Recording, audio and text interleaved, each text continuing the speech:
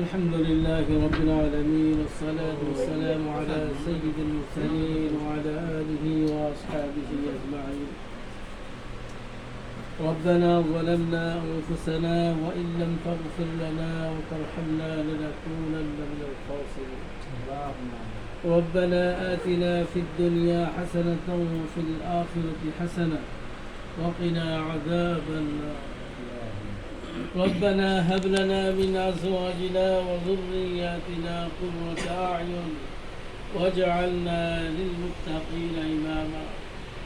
اللهم إني أسألك الهدى والتقى والعفاف والغنى. يا حي يا قيوم برحمتك أستغيث.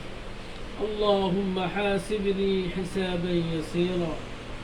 اللهم حاسبني حسابا يسيرا. اللهم رب ارحمهما كما ربياني صغيرا. رب ارحمهما كما ربياني صغيرا. رب العالمين মহিয়ান বলিয়ান সর্বশক্তিমান দালুদাতা মেহেরবান আল্লাহ। আয় আল্লাহ তাআলা দুনিয়ার সকল দরজা বন্ধ।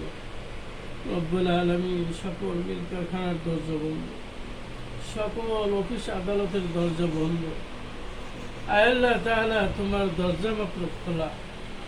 আয় আল্লাহ তাআলা আমরা এমন একটি সময় তোমার দরবারে হাজির হয়েছি, আমরা কয়েকজন নাখানদার নালায় গুনাহগার গোলাম। আয় আল্লাহ তোমার দরবারে হাজির হয়েছি মাওলা। আয় আল্লাহ তাআলা মেহেরবানি করে তুমি আমাদেরকে মাফ করে দাও। আয় আল্লাহ তুমি আমাদেরকে ক্ষমা করে দাও, আমাদের জিন্দেগির গুনাহগুলি মাফ করে দাও। আল্লাহ জীবনে যত গুনাহ করেছি মাওলা, যত অপরাধ করেছি, যত ভুল করেছি, আল্লাহ গভীর রজনীতে তোমার দরবারে আমরা সকলেই ক্ষমা চাই। আল্লাহ আমরা তো তোমার গোলাম, তুমি আমাদের মনিব। রব্বুল আলামিন তুমি আমাদেরকে মাফ করেই দাও আল্লাহ, তুমি আমাদেরকে ক্ষমা করেই দাও মাওলা। রব্বুল আলামিন তুমি আমাদের ভুল ত্রুটিগুলি ক্ষমা করে দাও। আয় আল্লাহ তাআলা কি উদ্দেশ্য নিয়ে তোমার দরবারে হাজির হয়েছি তোমার তো জানার বাকি নাই। রব্বুল আলামিন একটি শুভ কাজ সম্পন্ন করা হলো। আয় আল্লাহ তাআলা এই কাজের ভিতরে তোমার খায়ের ও বরকত নাযিল করে দাও। আয় আল্লাহ তাআলা তোমার আসমানের দরবারে তুমি কবুল করে নাও আল্লাহ। রব্বুল আলামিন একটি পরিবারের সাথে আরেকটি পরিবারের সম্পর্ক হয়ে গেল। আয় আল্লাহ তাআলা একটি বংশের সাথে আরেকটি বংশের আত্মীয়তার সম্পর্ক হয়ে গেল।